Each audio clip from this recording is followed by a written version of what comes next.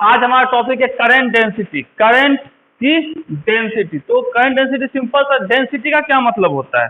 Density अलग अलग term में हम लोग बोलते हैं। जैसे हम लोग नॉर्मल डेंसिटी की बात करें, जब फ्लूइड पढ़ोगे 11th में, ठीक है, तो डेंसिटी होता है मास पर यूनिट वॉल्यूम। उसको डेंसिटी कहाँ कहा जाता था फ्लूइड के केस में कि ए पर यूनिट वॉल्यूम में कितना मास है। तो यहाँ करंट डेंसिटी के टर्म में बोला जाएगा तो पर यूनिट एरिया। जैसे ये हमारा क्या है, एक वायर है, ये क्या है हमारा, खुल जा भाई, ये हमारा एक वायर है। तो इस वायर का एक एरिया होगा ये, पर यूनिट एरिया में हमारा, ठीक है, कितने करंट फ्लो हो रहे हैं।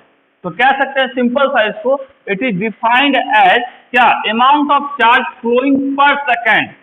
Amount of charge flowing per second का मतलब क्या होता है, इसी को amount of charge per second को क्या बोलते हैं हम लोग, करंट। याद होगा करंट क्या होता है, चार्ज पर यूनिट टाइम, ये हमारा करंट होता है, पढ़ चुके हैं पहले भी। तो charge flowing per second through का, थ्रू यूनिट एरिया, थ्रू, चल क्यों नहीं रहा भाई, थ्रू, हाँ, through unit area normal to the direction of flow of charge. अब चार्ज के फ्लो के डायरेक्शन की बात करते हैं, to the direction of flow of charge at that point. अब हमेशा इसको ध्यान में ये रखना है कि हमारा जो है ये एरिया जो होगा, एरिया का डायरेक्शन क्या होना चाहिए, एरिया का हमेशा डायरेक्शन, जिस डायरेक्शन में क्या फ्लो हो रहा होगा। जैसे इस डायरेक्शन में क्या है, करंट का भी डायरेक्शन यही है और एरिया वेक्टर का भी डायरेक्शन सेम है। थीटा का एंगल बना रहा है एरिया हमारा। अब ये हमारा यदि कर्व है, इसका एरिया कैसा होगा, यदि स्ट्रेट होता तो एरिया ऐसा होता है, एरिया वेक्टर का डायरेक्शन।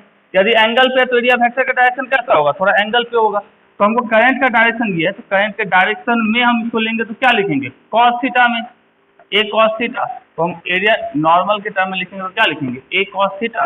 अब यहाँ पे आई का आई रखे और एरिया का ए कॉस थीटा रखे, तो हमारा क्या हो गया, आई इक्वल्स टू, या इसी को लिखते तो और क्या लिखते, J equals to I by A cos theta.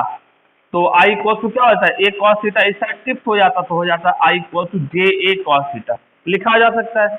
याद होगा हम लोग कॉस थीटा का यूज कब करते थे, कॉस थीटा का यूज करते थे हम लोग जब डॉट प्रोडक्ट निकालते थे, याद है, जब हम लोग डॉट प्रोडक्ट निकालते थे, जैसे vector A dot vector B is equal to क्या होता था, ए बी कॉस थीटा, ऐसा हुआ करता था कभी। तो यहां से यदि हम इसको लिखा चाहते तो क्या लिखते, वेक्टर जे डॉट वेक्टर ए हमारा क्या होता है, एरिया, वेक्टर है एरिया हमारा, जे क्या है हमारा करंट डेंसिटी, ये भी हमारा क्या होता है, वेक्टर क्वांटिटी है। तो दो वेक्टर का डॉट प्रोडक्ट हमेशा हमको क्या देता है, स्केलर क्वांटिटी। डॉट प्रोडक्ट हमेशा क्या देता है, स्केलर, याद होगा। तो इसका जो रिजल्ट आया वो क्या आता है, आई आता है। आई क्या है, स्केलर होता है। तो हम लिख सकते हैं I equal to J A cos theta, और लिखना चाहे तो क्या लिखते, vector J dot vector A. तो ये हमारा आई। नेक्स्ट हम लोग वेक्टर फॉर्म में अभी जस्ट लिखे थे, क्या याद होगा, आई को जे ए कॉस थीटा को वेक्टर जे डॉट वेक्टर ए लिखे हैं, तो कोई तकलीफ नहीं है। वेक्टर फॉर्म में हम आई इक्वल टू लिख सकते हैं vector J dot vector A. I हमारा स्केलर क्वांटिटी है जिसके ऊपर वेक्टर ना लगा लेना, तो जे भी हमारा वेक्टर, ए भी हमारा वेक्टर और आई हमारा स्केलर, ठीक है। तो जे हमारा, अब it is a vector quantity, कौन, करंट डेंसिटी, उसी के बारे में पढ़ रहे हैं ना अभी तक। किसके बारे में पढ़े, कौन सा टॉपिक है, करंट डेंसिटी की। तो करंट डेंसिटी क्या होती है, वेक्टर क्वांटिटी, याद देखो वेक्टर लगाए भी है, ओके। तो डायरेक्शन किस तरफ होगा, direction of motion of positive charge, जिस साइड करंट चल रहा होगा। पिछले क्लास में पढ़ाए थे करंट के डायरेक्शन में कौन चलता है, पॉजिटिव चार्ज चलता है। तो करंट डेंसिटी का डायरेक्शन क्या होगा, जो डायरेक्शन पॉजिटिव चार्ज का होगा या निगेटिव चार्ज के डायरेक्शन के अपोजिट कह सकते हैं।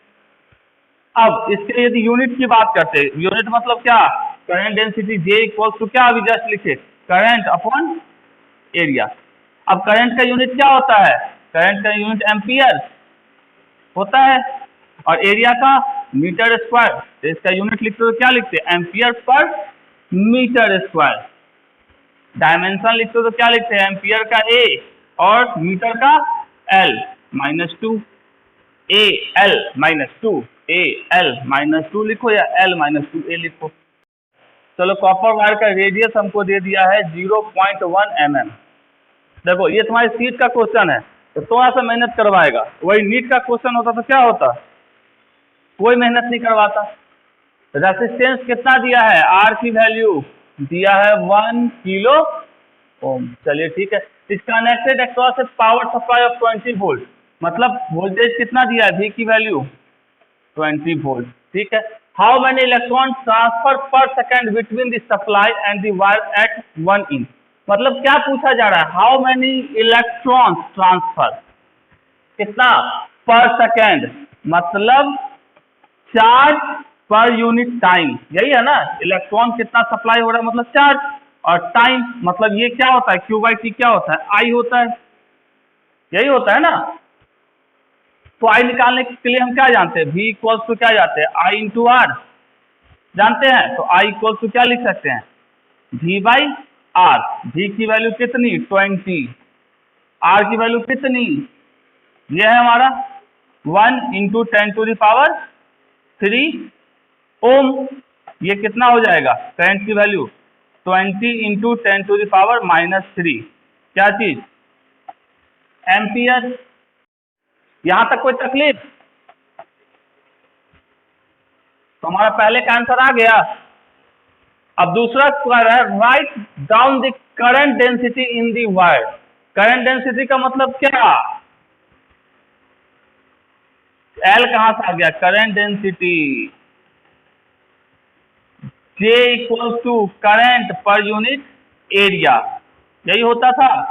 करंट कितना है हमारा 20 इंटू 10⁻³ कितना -3 एम्पियर, और एरिया कितना होगा, वायर है तो उसका क्रॉस सेक्शन एरिया कैसे निकाल सकते हैं, πr² से।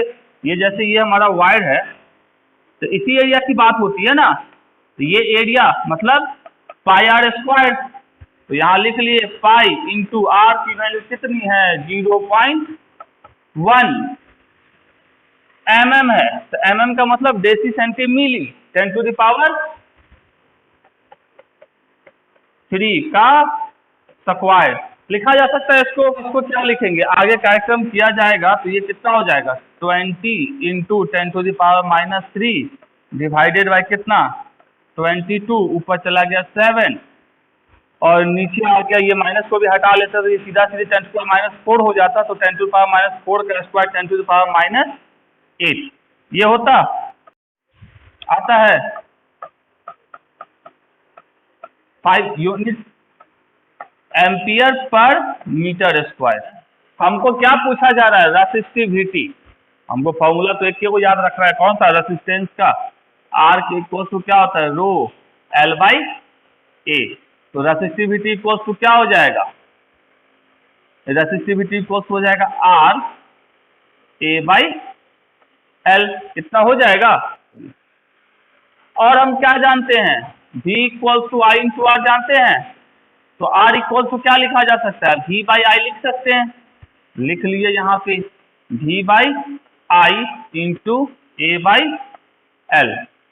ठीक है, अब ध्यान दो, इसको थोड़ा सा इधर से उधर करते हैं, तो V/L इंटू A/I ऐसा कुछ लिखे, कोई तकलीफ है, एक ही बात है दोनों।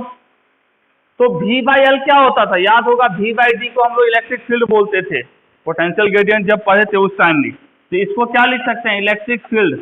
ठीक है, I/A को हम लोग क्या बोलते थे, करंट डेंसिटी बोलते थे, तो A/I क्या होगा 1 करंट डेंसिटी, मतलब I/J इसको लिख सकते हैं। ये हमारा क्या हो गया, इसके जगह पे हम क्या लिख सकते थे 1/J लिख सकते हैं, तो 1/J लिख दिए, तो हमारा रेसिस्टिविटी इक्वल टू क्या आ गया E/J। अब देखो हमको क्या क्या दिए हुए हैं, हमको दिए हुए ये क्या है, करंट डेंसिटी दिए हुए है, तो करंट डेंसिटी, और ये हमको इलेक्ट्रिक फील्ड दिए हुए हैं, तो इलेक्ट्रिक फील्ड 15 और करंट डेंसिटी कितना 2.5 एम्पियर पर मीटर, ये भी ठीक है। ये हो गया, तो सॉल्व करेंगे 150 डिवाइडेड बाय 25, तो ये कितना हो गया 6 होगा। ओम मीटर। तो 6 ओम मीटर किसमें है? इसमें है। कितना आसान था। हमारा नेक्स्ट टॉपिक है कंडक्टेंस। इसको किस चीज से डिनोट करते हैं? जी से। हमारा कंडक्टेंस क्या होता है? Just reciprocal of resistance. ठीक है, क्या होता है कंडक्टेंस? Reciprocal of resistance. अब रेसिस्टेंस क्या होता था? रेसिस्टेंस का मतलब था कि करंट पास करना चाह रहा है और कोई बंदा जो रोक रहा है वो हमारा क्या कहलाता है? रेसिस्टेंस। ठीक है, जो रोक रहा है वो रेसिस्टेंस। तो कंडक्टेंस क्या होगा? जो अलाउ करेगा।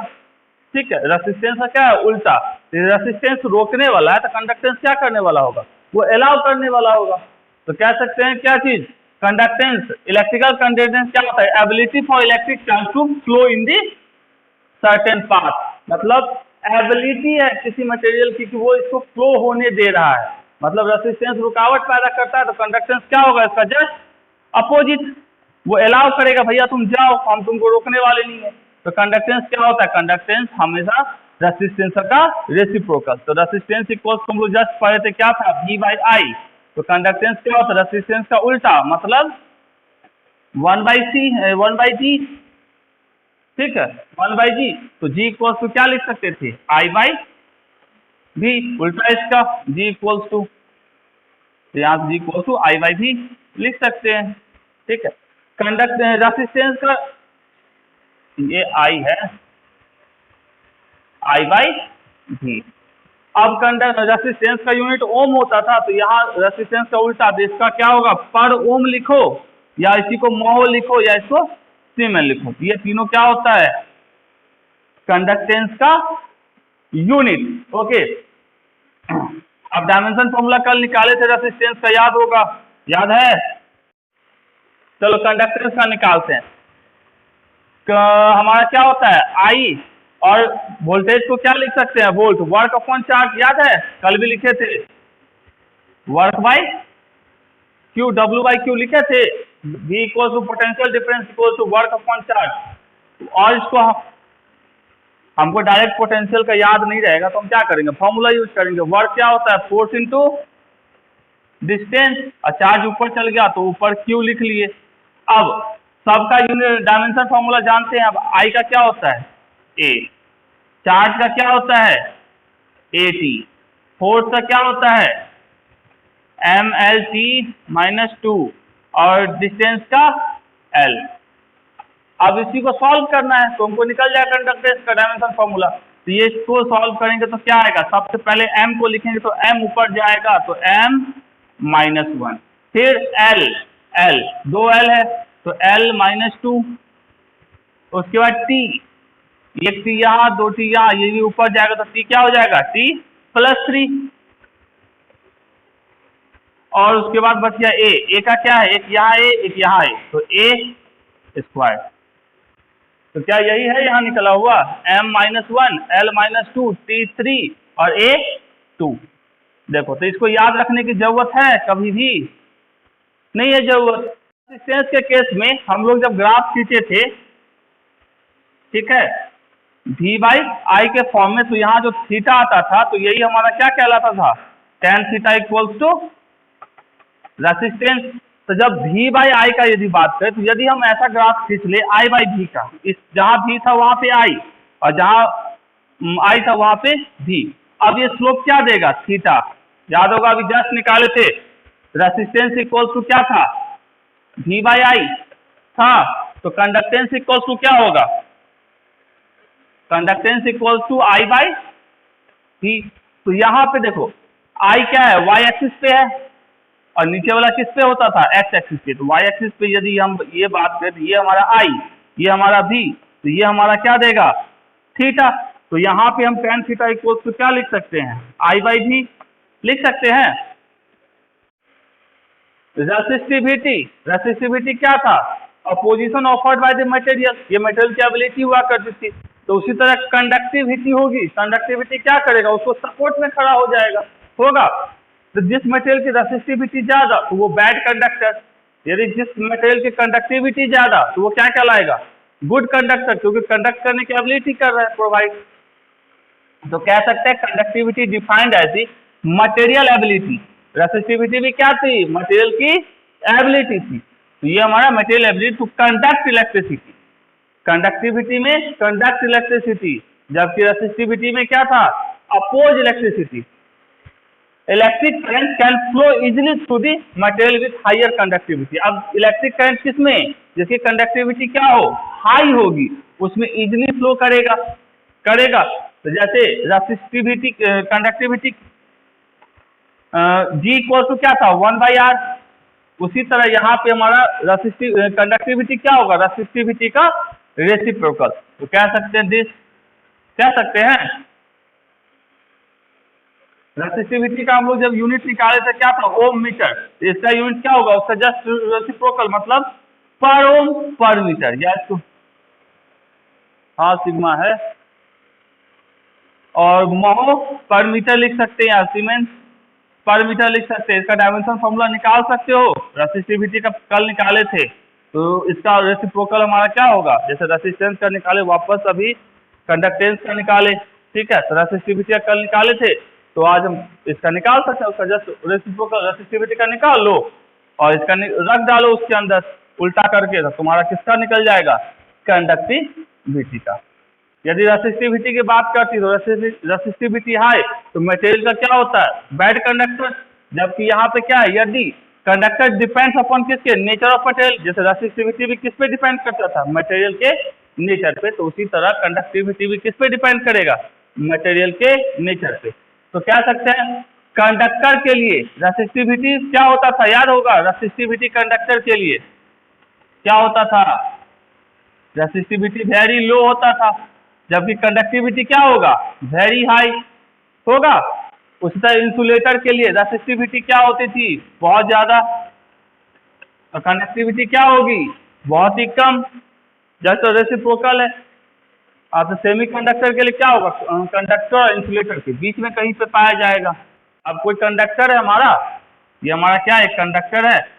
अब इसका लेंथ कितना, L दिए हुए, अब दोनों के बीच का इलेक्ट्रिक फील्ड क्या है, E की वैल्यू, इलेक्ट्रिक फील्ड हमको दिए हुए है। तो हम लोग जो जानते हैं उसी को, ओम्स लॉ क्या है, V = I × R, जानते हैं, यही है ना हमारा ओम्स लॉ।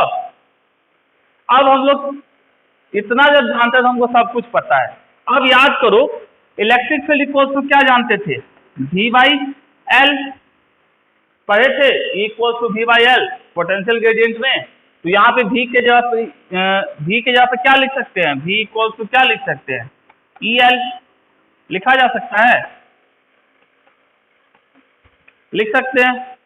I को I रहने देते हैं, रेसिस्टेंस की जगह पे क्या लिख सकते हैं, रेसिस्टिविटी इंटू L/A ऐसा लिख सकते हैं, यही रेसिस्टेंस होता है ना हमारा। यहां से चलो L से L साफ कर दिए, तो इलेक्ट्रिक फील्ड इक्वल टू क्या हो गया, क्या लिख सकते हैं, I/A इंटू, लिख सकते हैं I/A क्या होता है हमारा, I/A क्या होता है, इंटू डेंसिटी, इतना लिखा जा सकता है। अब E क्या है हमारा, इलेक्ट्रिक फील्ड क्या होता है, वेक्टर क्वांटिटी है। रेसिस्टिविटी मेटेरियल की एबिलिटी होती है, वेक्टर वाली कोई बात नहीं है, इंटू J, इतना लिख सकते हैं इसको। अब इसी को और लिखना चाहते तो हम लिखना चाहते तो ये भी लिख सकते थे। अभी जस्ट पढ़े हैं, दिस इक्वल टू दिस पढ़े हैं, तो इक्वल टू सिग्मा। अब इसको और इसको इस साइड ले आते तो क्या लिखते, वेक्टर J इक्वल टू,